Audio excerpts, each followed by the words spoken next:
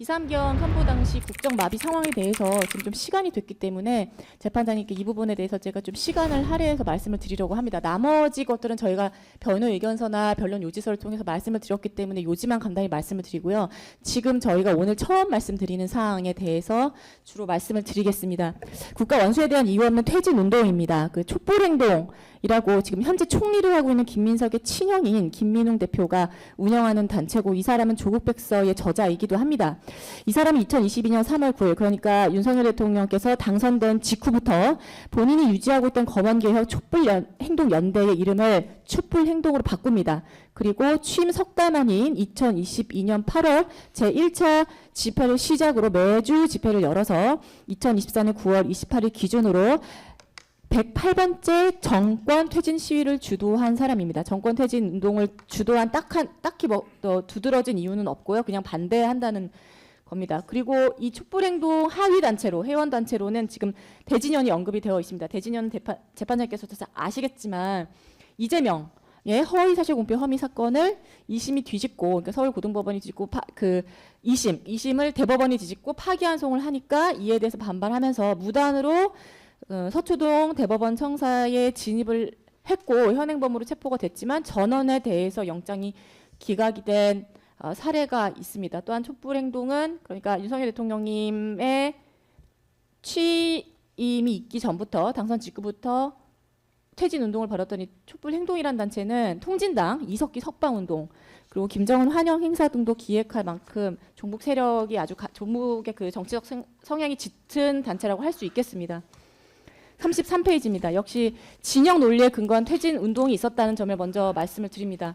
서사적으로 먼저 말씀드리면 2024년 9월 28일 숭례문 앞 도로에서 정권 퇴진 시국 대회를 주도를 하고요. 그리고 전국 민중 행동, 이런 단체도 민노총, 그리고 한국진보연대, 대진연, 유명한 이런 그 좌편향된 단체들, 전장현, 진보당 등이 함께 참여를 해서 퇴진 운동을 이어나갔고, 한두 사람이 한 것이 아니라 조직적으로 퇴진 운동을 지속해 왔는데, 말씀드렸다시피 이것은 진영 논리에 불과한 것이지 행정부가 뭐 뚜렷한 규칙 사유를 저질렀다거나 한 적은 없었습니다. 그래서 진보 단체가 대거 참여를 했다는 점을 말씀을 드리고, 특히 지금 김민석 국무총리 산하 사회적 대개혁위원회 위원장으로 이 사람이 지난달에 보직이 되었는데, 이 박서훈이라는 사람도 윤석열 대통령 정권 퇴진 운동에 앞장서왔던 사람이고, 특히 지난 3일 카라카스에서 체포된 베네수엘라 독재자 마두로의 석방을 지속적으로 요구하고 있는 사람으로서 굉장히 정치적 색깔이 짙습니다. 저희가 이것을 말씀드리는 이유는 정권 퇴진 운동이 그냥 개인의 소수의 의사의 표현의 자유로서 행사된 것이 아니라 조직적으로 윤석열 대통령님 정권을 그냥 이유 없이 무너뜨리려고 하는 조직적 세력에 의해서 주도된 것이라는 점을 말씀을 드리고, 이것에 대해서 재판장님께서 뭐 당연히 알고 계실 것이라고 기대는 하고 있습니다만, 그래도 상세하게 말씀을 드리는 것이 맞다고 생각을 해서 기재를 했습니다. 그리고 이 퇴진 운동을 주도하는 촛불 행동과 밀접한 관계를 갖고 있는 단체로는 MBC 노조 1노조입니다. 3노조는 아니고요. 1노조도 관여가 되어 있습니다. 슬라이드 34페이지입니다. 대진연이 어떤 세력, 성향을 가진 단체인지, 다시 말해서 윤석열 대통령님이 퇴진 운동을 벌였던 대진연이 어떤 단체인지에 대해서는 옆에 기재를 해놨습니다. 네. 단체의 활동을 보면 뭐 주체 사상 교육, 김정은 연구 모임 같은 노골적인 종북 활동을 이어온 사람들이고요. NL 계열의 가장 강경한 학생 운동의 노선이다라고 말씀드릴 수 있겠습니다.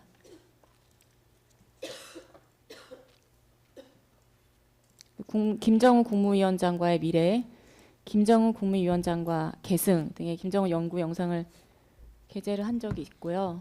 그리고 36페이지입니다.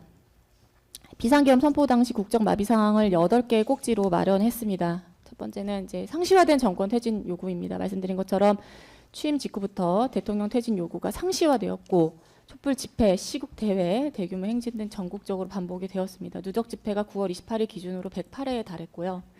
정권 퇴진, 체제 전환 등 명시적 구호가 등장하면 이것이 조직적인 행동이라는 것을 알려오기 시작했습니다. 이는 합법적 비판을 넘어선 정권을 흔들고 부인하려고 하는 반국가 세력이다. 이렇게 말씀드릴 수 있겠습니다. 두 번째로 강요의 줄탄핵으로 인한 행정부 마비 시도가 당시 국정 마비 상황에 해당한다고 하겠습니다. 저희가 이것을 상세하게 말씀드리는 것은 지금 그 공소사실에 나와 있지 않은 부분이기 때문에 좀 자세하게 말씀을 드립니다. 연쇄 탄핵에 의한 국정 기능 마비, 그리고 사법부의 독립성을 침해하고 사법 기능을 훼손하려고 했다는 점이 요지입니다. 그래서 고위공직자 대상으로 12월 3일 기준 총 22건의 탄핵 소추안이 발의가 되었고, 특히 검사와 법관에 대한 보복성 탄핵안이 발의가 됐습니다. 본인을 수사한, 그러니까 그 민주당 의원을 수사한 검사나 유죄 판결을 내린 판사에게 보복을 가하는 것은 조폭 깡패 정치다라고 한 그 여당 의원이 말을 한 적이 있습니다. 행정부 핵심 기능이 지속적으로 공백을 경험을 했고, 탄핵이 마치 이제 정치 투쟁으로 이제 전락하게 되는 그런 상황까지 내몰리게 됐습니다. 민생 예상 삭감에 대해 말씀을 드리겠습니다. 저희가 뭐 이것은 변론기일 거듭하면서 변론 요지서로 충분히 말씀을 드린 내용이라서요.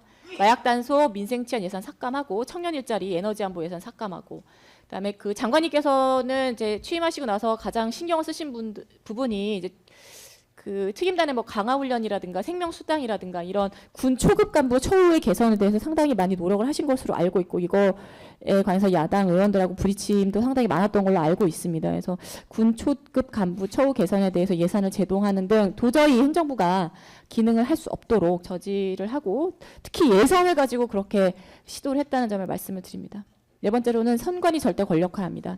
선관위 비리 누적과 이로 인한 선관위에 대한 신뢰가 붕괴되었다는 점에 대해서는 재판장님께서도 잘 아실 것입니다. 경력직 채용 전반에 걸쳐 1000건 이상의 규정을 위반하고, 고위 간부 자녀 그리고 친인척 특혜 채용이 이미 구조화되어 있으며, 근무 시간 중 로스쿨을 다니거나 자격증을 취득하고 자리를 비운 등 근무 태만한 사정이 상당히 발생을 했고, 내부에서조차 우리 회사는 가족회사고 친족회사다 불릴 정도로 기강이 상당히 붕괴가 되어 있던 것으로 확인이 됐고요. 지금 40페이지는 저희가 아까 이제 설명을 드리지 않은 증제 104호증 오늘 제출한 자료입니다. 조선일보 2024년 5월 2일자 기사고요. 선관위 사무총장은 깡통폰 노트북을 제출했고, 직원은 면접 서류를 갈아버렸다라는 내용입니다. 그래서 해당 부분 104페이지, 104번을 보시면 지금 어떤 식으로 선관위가 조직적으로 본인들의 비리를 덮어왔는지에 대해서 아실 수 있을 것입니다.